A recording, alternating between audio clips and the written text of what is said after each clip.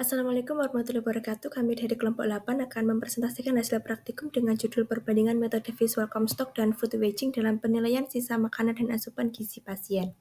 Sisa makanan atau platelet di rumah sakit yang masih cukup tinggi tentunya tidak hanya meningkatkan limbah dan biaya saja, tetapi juga berisiko menyebabkan kekurangan gizi pada pasien. Metode food waging yang tergolong akurat karena dilakukan dengan penimbangan langsung, namun ternyata membutuhkan waktu dan alat yang lebih banyak. Sebaliknya, menggunakan metode Comstock dinilai lebih praktis dan cepat, serta hasilnya dinilai cukup sebanding dengan metode penimbangan.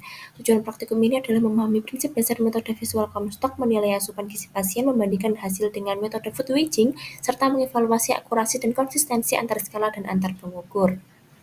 Baik, praktikum ini dilakukan pada hari Senin 17 November 2025 di Laboratorium Penyajian FKM Unair dengan dua pengukur, yaitu saya sendiri dan Alia sebagai pengukur 2. Langkah kerja diawali dengan persiapan alat dan bahan, dilanjutkan dengan penimbangan awal, pengamatan sisa makanan menggunakan visual Comstock pada 3 skala yaitu 4, 6, dan 7, kemudian dilakukan penimbangan sisa makanan dengan metode food waging. Akurasi dihitung dengan rumus persentase kesesuaian, yaitu hasil visual Comstock dibagi hasil food waging dikali 100, lalu dibandingkan antar skala dan antar pengukur.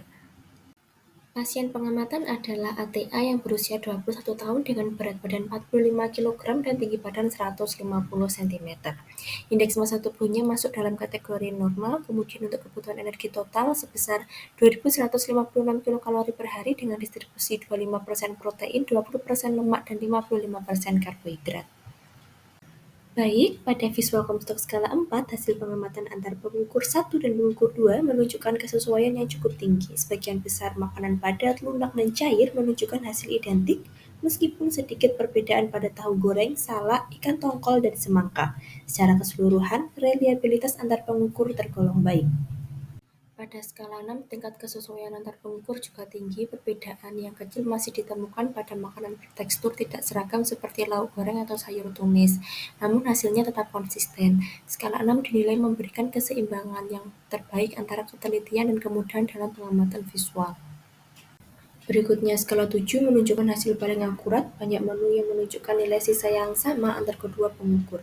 Karena jumlah kategorinya lebih rinci, pengamat lebih mudah memilih nilai yang paling mendekati kondisi sebenarnya, sehingga tingkat overestimate dan underestimate lebih rendah.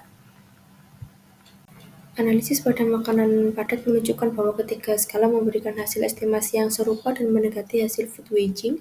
Pengukur 1 menunjukkan kecukupan energi, protein, dan karbohidrat yang baik, sedangkan pengukur 2 sedikit lebih rendah, terutama pada lemak dan serat. Secara umum, metode visual Comstock terbukti akurat dan konsisten.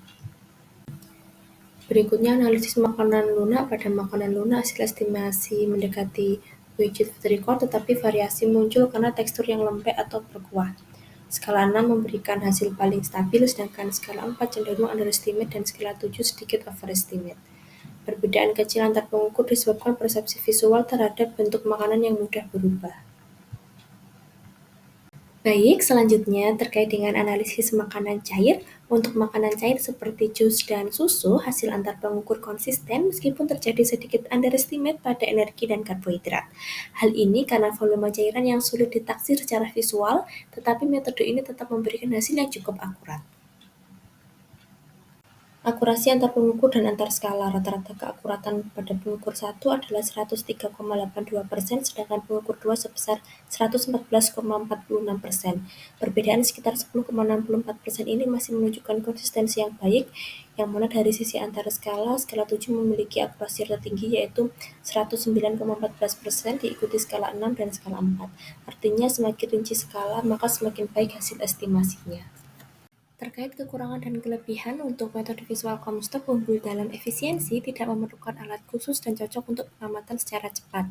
Namun metode ini bergantung pada ketelitian dari pengamat. Sebaliknya, pada food waging sangat akurat tetapi membutuhkan waktu yang lebih lama dan peralatan tambahan. Oleh sebab itu, kombinasi antara keduanya bisa menjadi strategi yang optimal.